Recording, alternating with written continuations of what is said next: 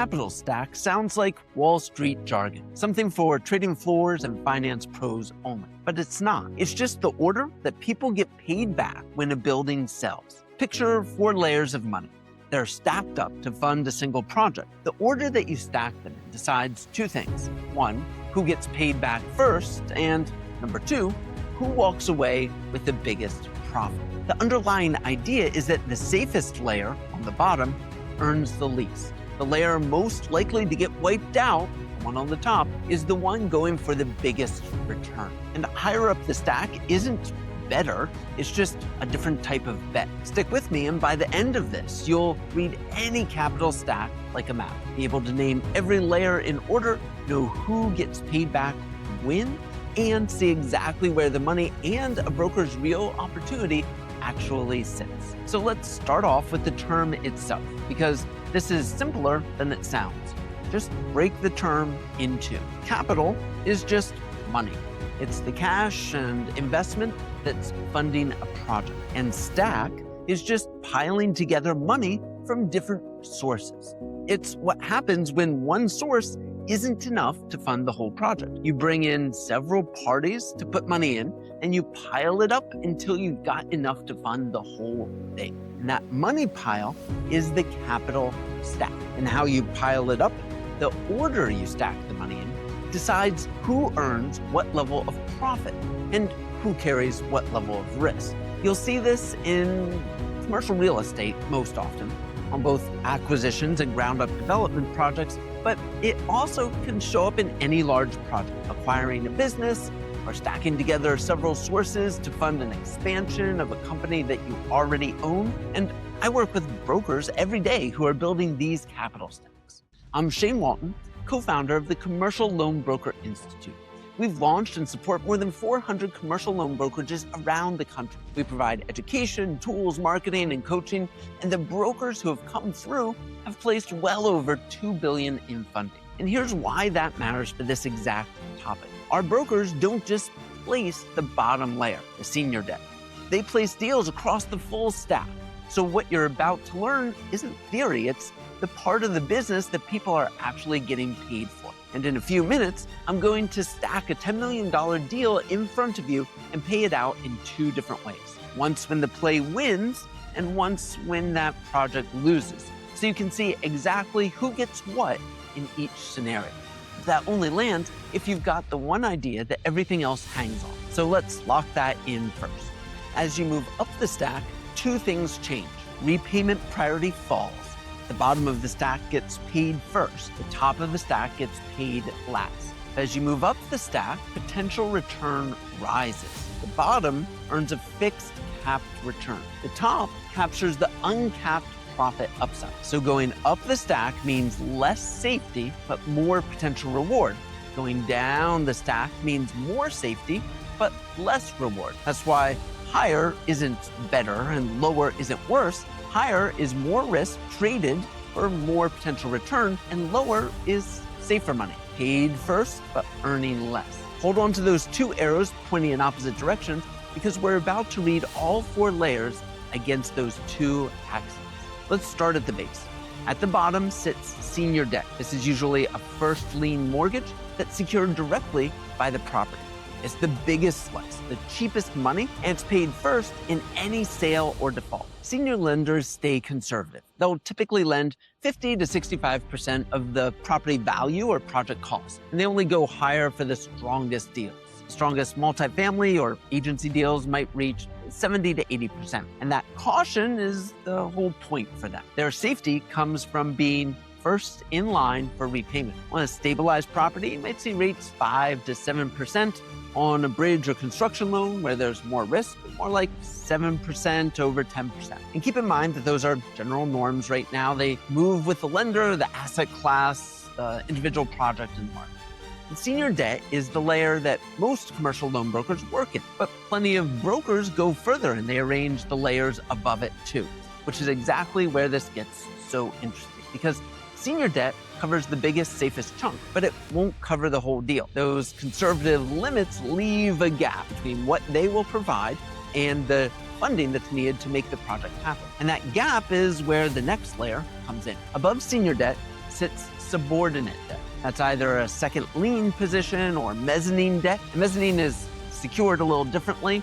Instead of being secured just by the property itself, it's secured by a pledge of ownership interest in the deal. And mezzanine fills the part of the gap right above senior that senior won't cover. It usually attaches around 55 to 65% of the stack and reaches up toward 70 to 80%. It makes up somewhere around 5 to 15% of the total project funding. It only gets paid after senior debt is fully repaid. So it charges more for that lower priority because it runs a higher risk. That's often in the 10 to 15% range into the high teens on riskier deals. But sometimes it also carries what's called an equity kicker. That's a slice of the upside on top of the interest if the project does well. And again, these are illustrative ranges. They move deal to deal. If you climb up one more layer, then something fundamental changes. Up to now, we've been talking about debt, loans.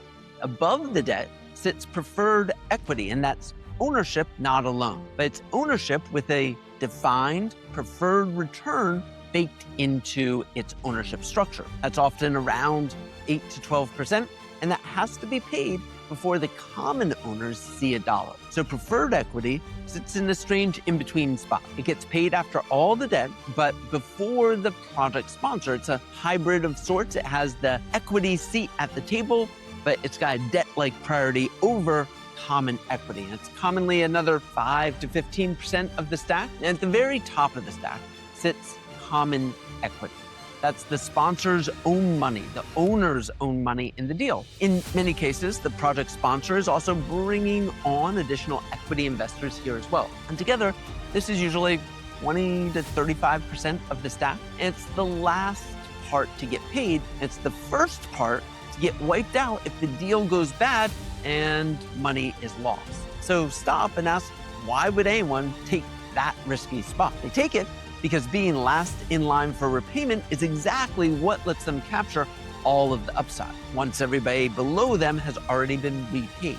Common equity often targets the highest returns in the whole deal. That's mid-teens to over 20% and higher risk strategies, right? So minimum risk comes with lower returns and maximum risk comes with the uncapped return and profit potential. And that's the top corner of the whole picture just made real, right? Top of the stack isn't better. It's just a completely different style of bet. All right, this is the part that makes all of it click often. So let me stack one deal in front of you and pay it out both ways with a healthy project and an unhealthy one. These are illustrative numbers, not a model for any real deal, but it shows the mechanics of how it works. So say a project needs $10 million.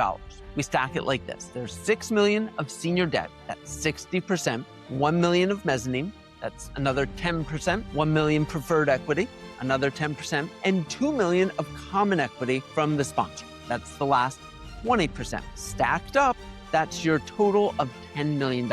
Now, let's run it up if the project does well. If it makes a healthy profit, and let's say it sells after development for $13 million. And we pay the stack back from the bottom. So senior debt gets its $6 million first. Then mezzanine gets its $1 million. Then preferred equity gets its $1 million plus its return. And whatever's left, common equity takes all of it. That would be roughly $5 million minus all of your interest fees. So we'll say $4.9 million on a $2 million stake that they brought to the table. That's far more than any of the layers below them could have earned. It was the riskiest seat, it was paid last, and it just made the most by a long shot. Now let's redo that same deal, but we'll run it down in a scenario where the project did not do well. The market changed, something shifted, and it's no longer profitable. It struggles, and it only sells for $6.5 million, despite $10 million in project costs. So watch the hold order again.